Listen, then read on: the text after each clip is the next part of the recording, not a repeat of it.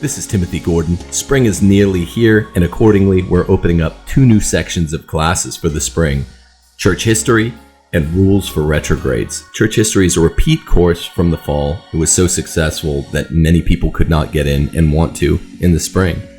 Rules for Retrogrades is a new course based on my book with my brother, Community Organizing from the Right. Go to timothyjgordon.com for information. Also at timothyjgordon.com, a pre-recorded Catholic Republic course on sale. Greetings, parish orphans and retrogrades. Today we talk about Our Lady of Lourdes. This particular apparition, beautiful, with powerful miracles associated with it, multiple church-approved miracles, is not often talked about by traditionalists. I mean, and not through any fault of our own. There are so many beautiful and truly wondrous apparitions by the Virgin Mary, and some of them have, lower hanging fruit for speculation about dark times, like Fatima or Akita. And I'm very interested in both Fatima and Akita. So I wanted to do a quick dive into Lourdes, but one that I've never done before.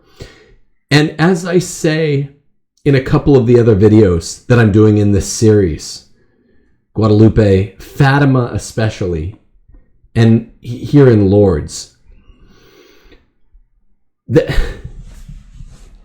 Lourdes proves Roman Catholicism true and must be rejected by even other good, faithful Christians like the Eastern Orthodox. This is not often discussed, and it's an angle that I frankly have never considered before I started doing this May series on our Blessed Mother, the Virgin Mary. I will make some remarks about this in the Fatima video in the same series, and it applies to Lourdes as well.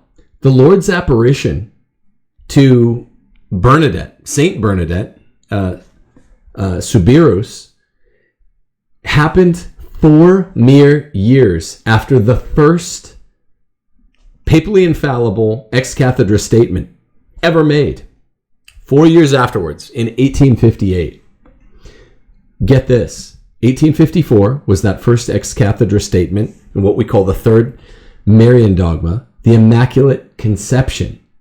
Mary is the Immaculate Conception. The Pope said it, and through his papal infallibility, he vouchsafed it. It became a dogma, one of only 2 times that we affirm this has happened. Now, 4 years later, the Lourdes apparition takes place, and Mary announces herself to Saint Bernadette as the Immaculate Conception. Amazing, amazing. Accordingly, I said this with Fatima as well, the Eastern Orthodox must reject Lourdes, just as they must reject Fatima. And they do. They reject Fatima because Our Lady says you have to submit to the Pope.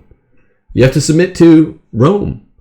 Here, Our Lady is telling Saint Bernadette that she is the Immaculate Conception. And that's really amazing because it was brand new. It's a ratification by heaven, by Our Lady, of not only the pontificate, or the papacy itself, but the power of the pontificate to speak every once in a while, on average once a millennium, ex cathedra infallibly. Very amazing stuff. It's the Third Marian dogma. And if this is Mary herself performing many miracles of healing, we're going to talk about these in a second. We're going to talk about the conversions made by the healing miracles, even to a Nobel Prize winning scientist. Well, it makes extra sense. It makes extra purchase that she's using the name, the title, the honorific, and even the dogma that the Pope himself announced 4 years before in 1854. So this is powerful apologetics. Trads, as I'll mention this in the Fatima video as well, trads don't often talk about Fatima or Lourdes as being weapons of apologia against our Eastern Orthodox brethren. But they are. They're apparitions where Mary is saying, believe in the church, Rome. Okay? And it's a dark time that we live in now. That's why Fatima is extra interesting. Akita, also in this video series, is extra interesting because it reflects the darkling nature of our times. And so we get caught up in talking about what's the third secret of Fatima, what's the insinuated meaning of Akita. It's almost like the fourth secret of Fatima. Akita is because it takes place on one of the Fatima days, October the 13th. It's sexy. It's cool. I've been caught up in Fatima my whole adult life, and Akita more the last 10 years or so. But Lourdes is cool in a really substantial way. It's got solid, consistent substance, lots of miracles associated with it, and an affirmation of Vatican I and papal infallibility and ex cathedra statements by the Pope, and the fact that the third Marian dogma is actually true, insofar as you accept that this really was Mary, which the Eastern Orthodox must not. So in these darkling times, don't flee the bark. This is becoming a bigger and bigger theme here on Rules for Retrogrades. Do not leave the church for Eastern Orthodoxy. If you believe in Lourdes, if you believe in Fatima, stay. There are a bunch of other reasons besides to stay, but do that. There's a great summary of Our Lady of Lourdes back in February on Angelus News. In 1858, the Blessed Virgin Mary appeared to a 14-year-old French peasant girl, Saint Bernadette Soubirous. The first appearance was on February the 11th, and she would meet with Bernadette a total of 18 times through July 16th of that year. That's a mere 5 months. 5 months and 5 days, 18 meetings. That's a lot. That's a lot of meetings. That's, between 3 and 4 meetings per month. On February the 11th, Bernadette went to gather firewood with her sister and a friend. She saw light coming from a rose bush at a grotto near the river, and in that light, a woman in a white dress appeared, holding a rosary. The woman made the sign of the cross, so Bernadette knelt, took out her own rosary, and began to pray. And remember how holy all of these child seers are in Fatima, in here in Lourdes, and you'll see it in Akita too. The deaf nun, Sister Agnes. They're just such beautiful people, such faithful women, not loudmouths, praying the rosary, have a rosary ready at hand to just start praying. Beautiful Catholicism, beautiful, especially effeminate Catholicism. Not women who are yapping, not women who are barking orders to someone, but quiet women who are ready to pray the rosary at a moment's notice. These are the kinds of women that are pleasing to heaven, obedient, beautiful women. And just whips out a rosary and begins to pray. When they finished the rosary, the woman motioned for Bernadette to come closer, but she hesitated and the woman disappeared. Bernadette's friend and sister had seen nothing, and Bernadette swore them to secrecy, but they quickly spread the story. The next Sunday, Bernadette returned and saw the lady again. Now remember, this is a little different from at Fatima. Francisco and Jacinta can both see Our Lady along with Sister Lucia. This is not the case with Saint Bernadette. Her friend, her compatriots who are there with her cannot see. Interesting. No one knows much about Lourdes in trad circles. I'm learning about it.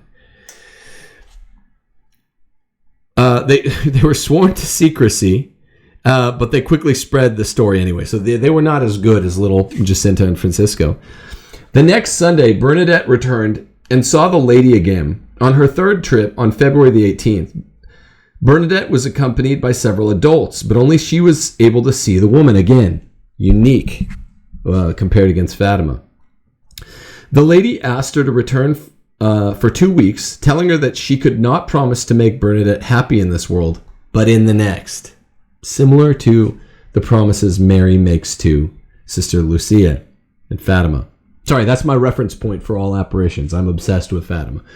Over the next few days, as Bernadette kept returning to the grotto, crowds gathered to join her, but no one else saw the lady ever. There was no equivalent of Francisco and Jacinta at Fatima. On February 24th, 250 people surrounded Bernadette as the lady told her, penance, penance, penance. Same message as that at Fatima. Pray to God for sinners. Go kiss the ground for the conversion of sinners. Beautiful. Bernadette wept and did as she was asked. She continued to drink muddy water and eat weeds as penance for sinners. The onlookers quickly began to ridicule her. It's a holy young Catholic girl.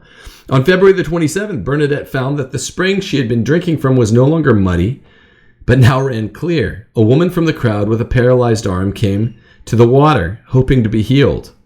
4 years later, this was recognized as the first miraculous healing at Lourdes.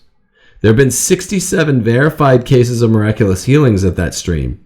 By 2018, there became 70 confirmed miracles. The woman eventually began telling Bernadette that the priests must bring people in procession and have a chapel built on the site, same as Fatima. Many believe now that Bernadette was seeing the Blessed Mary, but when she asked the vision, the woman smiled and remained silent. Finally, on the Feast of the Annunciation, Bernadette came to the grotto and asked the lady her name. The woman folded her hands and said, I got goosebumps, I'm the Immaculate Conception. This uniquely Catholic is not common to what the Protestants or the Eastern Orthodox believe. Stay on the bark, people. Stay on the bark. It's so clear. I am the Immaculate Conception. Although Bernadette did not know what that meant, her parish priest was stunned and told the local bishop, hey, this is the third Marian dogma, first ex cathedra statement made 4 years ago by the Pope. I am the Immaculate Conception. It was declared by Pope Pius IX in 1854. And in some sense, this shows a reaffirmation to the primacy and the teaching office of Peter, in some very real sense. In some sense that is probably not pleasing to the Christian adversaries of Rome, to the friendly rivals, whatever you want to call the Eastern Orthodox at this point, because they don't accept this. The Eastern Orthodox have this sense of jealousy for this and other of the apparitions, which acknowledge Rome's primacy, the Pope's ability to make ex cathedra statements. That's really powerful. I've never heard many people underscoring this aspect of Lourdes. They do not believe in the ex cathedra statements. The Immaculate Conception is a plain ratification, a pleased ratification. If you start calling someone a nickname, I mean, this is a trivial, trifling example, but if you start calling someone a nickname and they start using that name and they write it and whatever, they get a tattoo of it. That's a dumb example, but they start writing it. They use it. They say, please call me this. I love this nickname my friend gave me. That's a ratification of the name, the Immaculate Conception. She could have called herself the Virgin Mary. Beautiful. Although Bernadette did not know what it meant, remember, her parish priest was stunned and told the local bishops. That's the coolest part. They didn't even know what it meant. Kind of like Sister Lucy didn't even know what a Russia was. Thought it was an unfaithful woman. Mary appeared to Bernadette twice more on the Wednesday after Easter and on the feast of Our Lady of Mount Carmel. After a 4-year investigation, the bishop declared the apparitions to be real and worthy of belief. In 1866, Bernadette left Lourdes to join a religious order where she served until her death in 1879. A basilica was indeed built and consecrated at the grotto at Lourdes. Good job, guys. When Mary speaks, we listen, we obey. Another story in regard to Lourdes is from an article on Aletheia. This is interesting. The author is Lindsay Rudiger. Here's some portion that I wanted to cover in this Lourdes show on the miracles themselves. Okay, so that's what follows. There are so many purported cures associated with the water and the Grotto of Lourdes that the Catholic Church decided to set up the Lourdes Medical Bureau, as the Church always does, wants good science to ratify the truth, to be constituted by and under the leadership of physicians and scientists alone. This is what's amazing about our church. They always want objective third parties to ratify what we're saying. Think of the Shroud of Turin. Now, you can't be too trusting of these people. Some of them are devils. But truly disinterested, objective third parties. I love this. The objective of the Bureau is to render a judgment that a particular cure was near instantaneous, efficacious throughout the remainder of life, and in all other ways scientifically inexplicable. The Bureau constituted 20 physicians and scientists. Its records are open to any physician or scientist who wants to make their own investigation or challenge to any particular case recognized as miraculous by the Church. Beautiful. This is so... Whether you like science or not, who cares? You should be proud that the Church is willing to... Well, we'll debate anyone. Someone that's willing to debate anyone, that is an adversary, a friend, a companion worthy of your respect. Never, irrespective of how you regard this person. Amazing. 20 physicians and scientists. Its record are open to any physician or scientist who comes with a challenge, drops a challenge on him. Since 1883, only 69, actually it changed to 70 by the time this was published, cases have been recognized as miraculous according to the strict standards of the Bureau. But this does not mean that the 7,000 other cures were not miraculous by other standards, less stringent standards. Doesn't mean they don't count. These cases simply cannot be shown to be completely scientifically inexplicable. That doesn't post hoc ergo propter hoc, right? We don't want to be subject to that kind of fallacy, so the Church uses the highest standard. But, I mean, if I ask the Virgin Mary, hey, will you heal my sore throat instantaneously? And she does instantaneously. That's probably a miracle. If I had an apparition or vision, or I was drinking from a sacred well, and then that happened after I prayed on it, you could better believe I would absolutely be convinced. And I'm a discerning guy. I take a lot of convincing that was miraculous. But there are other scientific explanations for healing a sore throat. Like, one time I was getting a sore throat and I drank a Bloody Mary and it went right away. That's not common, but that's one of these other 7,000 probably valid cases. Many of them I'd be willing to wager dollars to donuts. Many of the 7,000 are probably also accurate. But let's stick with the 70 that are verified, impossible by other standards. Their occurrence could be truly extraordinary, the other 7,000, and possibly or even probably miraculous. The Church just doesn't want to tangle with them. The cases approved by the Lourdes Medical Bureau have been inspected by large numbers of physicians and scientists, and the vast majority of them have been shown to be permanent and inexplicable cures on other bases. Remember, my friends, the great conspiracy, not of 2021 or of 2020. We've got enough real conspiracies happening under our noses in 2020 and 2021. But the real conspiracy of our lives is that it's all true. Everything I learned in the 80s and the 90s in Catholic school, scoffing at it, growing up, basically being presented ideas so implausibly festooned against the pages of these ridiculous textbooks I had by ex-nuns who are liberal, didn't believe it, or maybe current nuns who didn't seem to believe it, and priests who are saying that all of the Bible is just symbolic, things like that. The great conspiracy is it's all true, in a true way, in a literal way.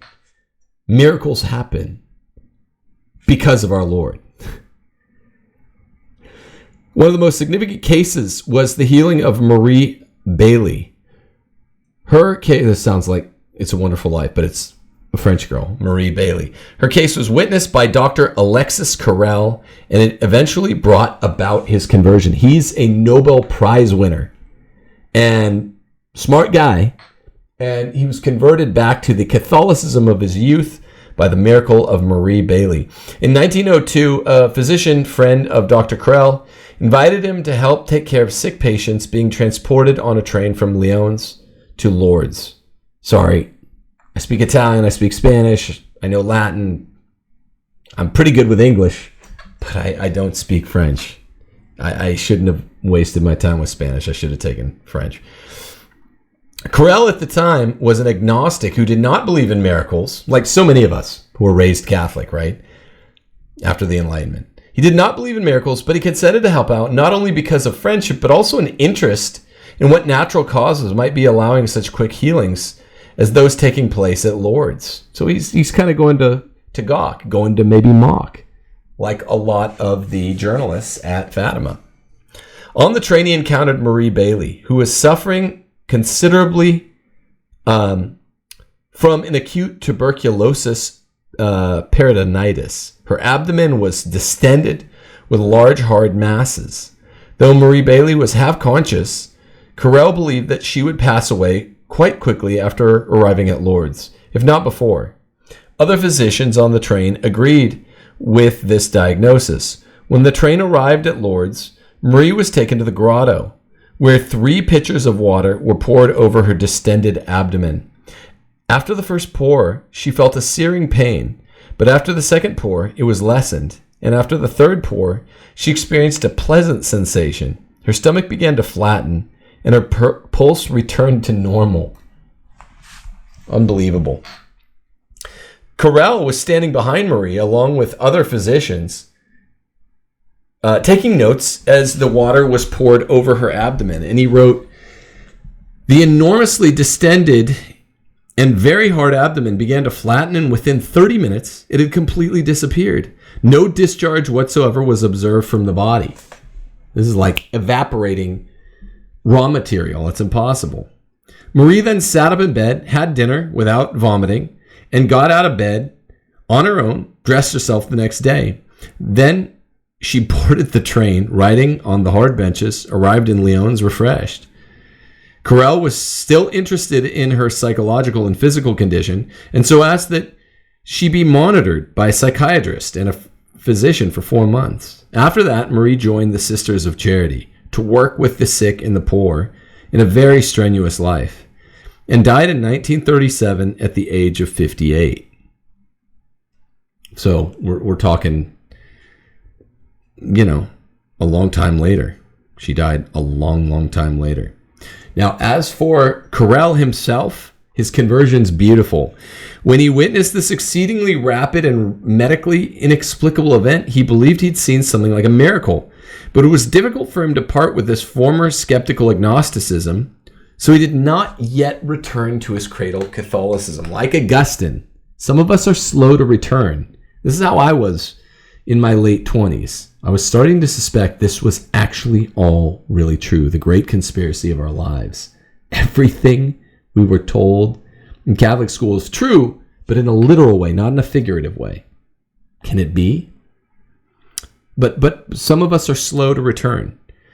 Dr. Alexis Carrel, an interesting man, wanted to avoid being a medical witness to a miraculous event because he knew that if it became public, it could ruin his career at the medical faculty at Lyons.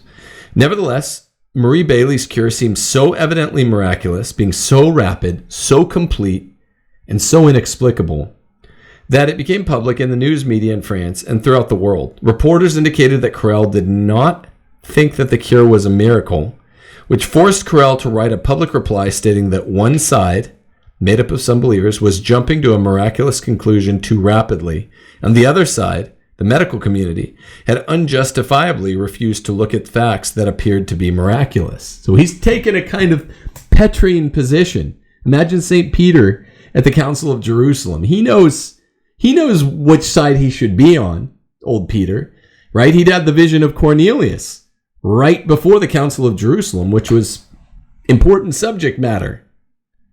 And yet he still kind of plays a false middle. Well, that's what Carrel does here. Don't condemn the guy. He's coming around. He's defending, with middling measures, he's defending the miracle of Lourdes at this point, but not in a full-throated way yet. Well, so often, look at what heaven had planned for him, just as it has this kind of plan for us. This is what happened. Just as he'd feared, even his middling, very tepid defense of the miracles of Lourdes, his advocacy of the possibility of Bailey's miraculous cure led to an end of his career at the medical faculty of Lyons, which ironically had a very good effect on his future because it led him to the University of Chicago and then to the Rockefeller University. In 1912, he received the Nobel Prize for his work in vascular anastomosis. Carrel returned to Lourdes many times and on one occasion witnessed a second miracle, the instantaneous cure of an 18-month-old blind boy. Despite these two miracles, Carrel could not bring himself to conclusively affirm the reality of miracles until 1942, when he announced that he believed in God, the immortality of the soul, and the teachings of the Catholic Church. Beautiful. Some of us move slow. Some of us move slower than slow, like Carrel, but he's a Nobel Prize winner, and it converted him. And if not, and if him, why not others? Why not our separated Eastern Orthodox brethren who have such a beautiful liturgy and do have the seven sacraments and do have bishops who are ordained in the apostolic succession? We just need them to acknowledge Rome and to quit fussing about, right? And we also need trads who are getting blackpilled by the week, by the month during the crazy times of the Francis pontificate to stop flirting with Eastern Orthodoxy. Stay on the bark. Who cares what Francis does? I'll report it. Look, no Catholic answers here. I'm not one of these guys covering it up. I'll report it to you, and I'll give you commentary to boot. And I'll get mad or whatever or upset when it happens, but I'm not going anywhere. Why? I mean, the Roman Catholic Church is the one true faith. It's just weird and it's kind of undefined to have a pontificate like Francis's. I'll give you that. But I'm being honest. I'm shooting from the hip, but I'm definitely not leaving the church. And you shouldn't either. Do not leave for Eastern Orthodoxy. They deny Lourdes, deny Mary at Lourdes. They deny Fatima. They deny Mary at Fatima. Why? Because Mary, heaven, as heaven's emissary, says the Catholic Church is the one true faith. Amazing. 70 miracles. The Catholic Church, God love it. It sets up disinterested medical commission with non-Catholics, whoever challenges it. Here, you come explain this by natural means. I love that. Lourdes is amazing. God bless you guys. Stick with the church. We're looking forward to better days. God bless you. Deus Volt. Peace. Hail Mary, full of grace, the Lord is with thee. Blessed art thou amongst women, and blessed is the fruit of thy womb, Jesus. Holy Mary, Mother of God, pray for us sinners now and at the hour of our death. Amen. Hail Mary, full of grace, the Lord is with thee. Blessed art thou amongst women, and blessed is the fruit of thy womb, Jesus. Holy Mary, Mother of God, pray for us sinners now and at the hour of our death. Amen. Hail Mary, full of grace, the Lord is with thee. Blessed art thou amongst women, and blessed is the fruit of thy womb, Jesus. Holy Mary, Mother of God, pray for us sinners now and at the hour of our death. Amen. Hail Mary, full of grace, the Lord is with thee. Blessed art thou amongst women, and blessed is the fruit of thy womb, Jesus. Holy Mary, Mother of God, pray for us sinners now and at the hour of our death. Amen. Hail Mary, full of grace, the Lord is with thee. Blessed art thou amongst women, and blessed is the fruit.